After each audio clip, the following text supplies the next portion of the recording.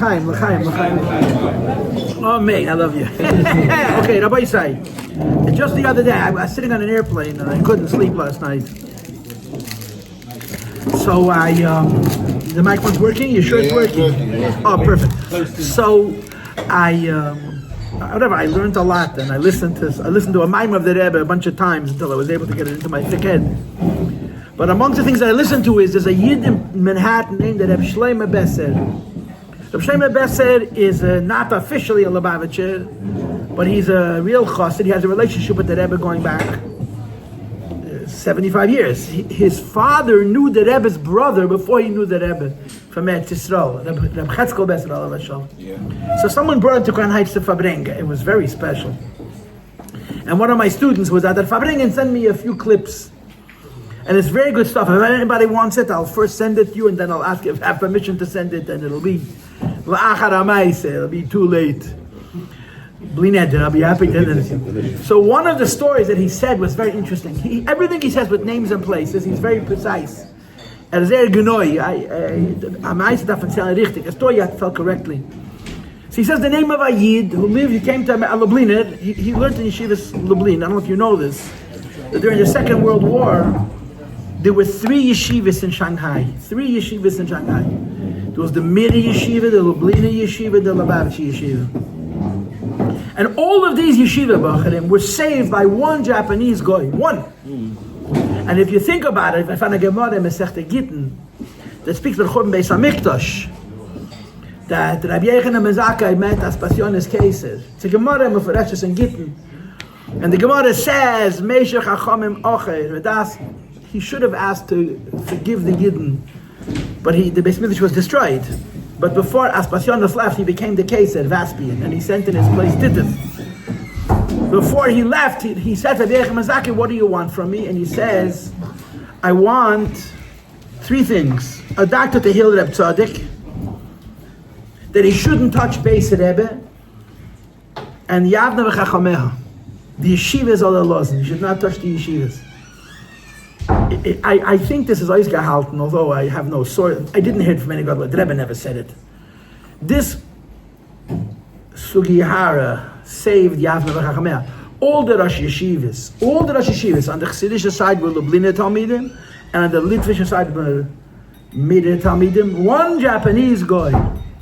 The schus is unbelievable. It's not to be believed. But anyway, so this was a Yid who learned in Lublin, and after the war he came to America. Lublin was the Meir Shapiro's yeshiva. Meir Shapiro was the Meyasad of the Daf HaYomi, if you don't know about his yeshiva. He was an amazing Yid. He passed away at 47. He didn't live till 50. He was by the Rebbe's wedding. The Frierdiker Rebbe sat down next to the Rebbe by the Chasana, and they talked and learning. The Rebbe said many, many years later about him, and he given God Chassidus Shireh. The Rebbe said he was a very big chassid. He was a Chartkever chassid. So he went to Chartkever Rebbe. Rebbe Sol, the second Chartkever Rebbe was his Rebbe. Anyway, this Lubliner younger man came to New York. He was a big lampen. And he talked to the Rebbe every day in learning, before the Rebbe was Rebbe. Every single day they talked, either in person or on the phone. So we had a kesher with the Rebbe that's different than other people. In other words, he could say things to the Rebbe that another person couldn't say. So when the Rebbe became Rebbe, he asked the Rebbe, what's the biggest difference from before till now? He had a chutzpah. He was able to ask that question. And you would never hear the story, but this is Shlomo Besser. I just heard it. It's a fresh story. For me, it's a fresh story. What's the biggest difference from before till after? And the Rebbe said the biggest difference is Fabrengens. I can't sit with Chassidim anymore. The Rebbe Fabrengt all the time, but he's on a pedestal, you understand?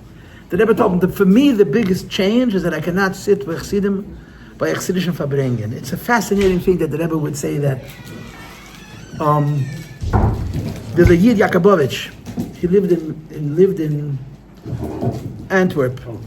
He knew the Rebbe from 1947. So he describes an event that happened in Paris when the Rebbe came to get his mother, that there was a formal event, and the Rebbe spoke a speech, and there was a whole ceremony. And then when it was over, all the Balabatim left, and the Rebbe banged on the table. It's der Heiptachon Chassidus and Fabrengen. Now starts the Chassidus and Fabrengen all night. It's the Heiptachon Chassidus and Fabrengen. There's a story with the Tzemach Tzedek, the third Lubavitcher Rebbe. that his son, the Rebbe Marash, walked into him, and he was crying. So he said to his father, "What's the gzeira?" Life in Russia was very hard. So Machon was crying. There must be a new governmental decree. What's the gzeira? There's not a gzeira. There's no new decrees. So why are you crying? So he tells the Rebbe Marash, tells his son, "It's been 50 years since I sat by Chassidus Vabrengen. 50 years since I sat by Chassidus Vabrengen with Chassidim." So his son says to him, "Tati, if I bring in last Shabbos, you just had a Fabrengen." He says, "Nah, I'm talking to be by Chassidus Fabrengen like everybody else." And he told him the story that when he was 17 years old, the Alter Rebbe made a shechayonu on his Teda, on his Chudash Teda. And after that, he became on a pedestal, and it had been 50 years he was able to sit with Chassidim Fabrengen. So we have a Chassidim Fabrengen. Achei Temimim, we sit together, we try to warm one another up. The most important thing is we sit together. Good Bruderschaft, sitting together is a moidendike zach. Just being together and talking to one another and feeling each other is oichet a gute zach. Achei Temimim, we warm ourselves up and we try to bring something out that's maybe the day ma'isa. Right? The most important thing is to bring the day ma'isa. I'll tell you a story and then we'll sing a niggun. My brother is a shliach on Long Island, and he made a bar mitzvah. And on Shabbos, he made it. If you're shliach, you make your first bar mitzvah on Shabbos, and then you never make a bar mitzvah on Shabbos again, because you don't want your bar mitzvah to be a source of chilul Shabbos. You understand? But the first bar mitzvah, he didn't learn it. He made on Shabbos. The parking lot was full with anyways, but we all came to Shabbos, the whole mishpacha. And one of the distant relatives of mine is a Elam Yid, a Litvak, a big Ben Teda, but he's not a chassid. And by the time I got to Shalosh Shudas, he was like all Fabrengen out. You know, he got up in the morning, 8 o'clock, he sat down to learn Gemara, Fabrengen Friday night, I just talk Fabrengen. But he's a good guy. He's a team player, you know, if this is what you're supposed, but he says to my brother, Vifel this year, sitting around and telling stories and eating food. So my brother is Al Gezunzain, he's a deep person. He said, I'll tell you. He gave him a moidendike moshel. When you make a lyhadus, when you make a keli out of earthenware, it's called bitzis. The clay comes in little balls, and they're called eggs of clay. And you mix them with certain ingredients, and then you form them to whatever shape you want, a bowl or a dish, and you let them dry. And after it dries, you bake it in a kiln, in an oven, very, very hot oven. And you take it out of the oven, you do what we know in Yiddishkeit as a makah b'patish. Give it a zetz with a hammer. That's why makah b'patish. That's the meaning of the words makah b'patish. When you pull the lyhadus out of the oven, you give it a bang, and it causes the lyhadus to set, and it becomes firm, and it becomes tough, and it doesn't crack. It's not affected adversely by hot and cold and so forth. If you make a lyhadus and you paint it, you don't put it into the oven, it looks exactly the same as the lyhadus that went into the oven. You don't see any visible difference. But if you put food of the wrong temperature in, it'll break, because it has no toughness. So my brother said, that's Achei Temimim. No, there's no chidush about Achei Temimim. Achei Temimim is a kiln. It's an oven.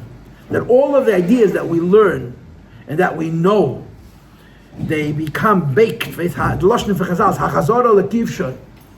lyhadus has no tahara. A lyhadus has no kasher in it. A lyhadus that becomes tummy, you can't make it toy. A lyhadus becomes treif, you can't make it kosher.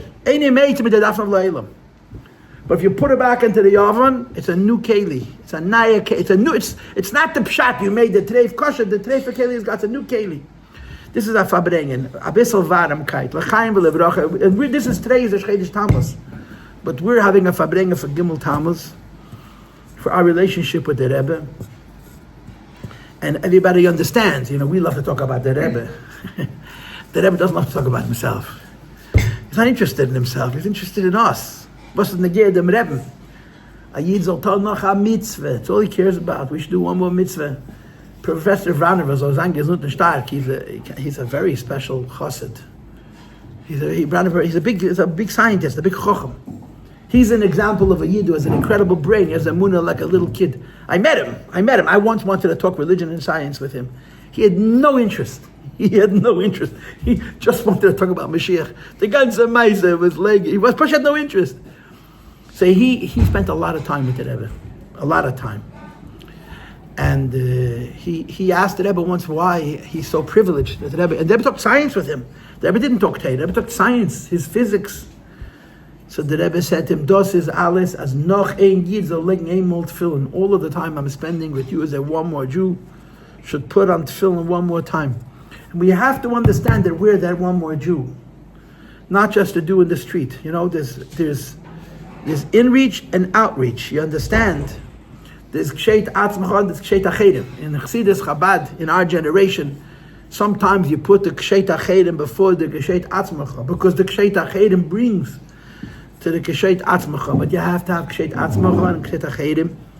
So l'chaim v'lebracha, something useful and practical should come from this. L'chaim v'lebracha. Shalom aleichem. What's your name? Chaim. Chaim Pinchevsky. I'm Yossi Paltiel. Shalom aleichem. Oh, I know you. Okay, but I don't know you. Yeah, well, if you know me, that's because you don't listen to your own things on my phone. if you know me and you showed up, it's not ganz good. Okay, l'chaim.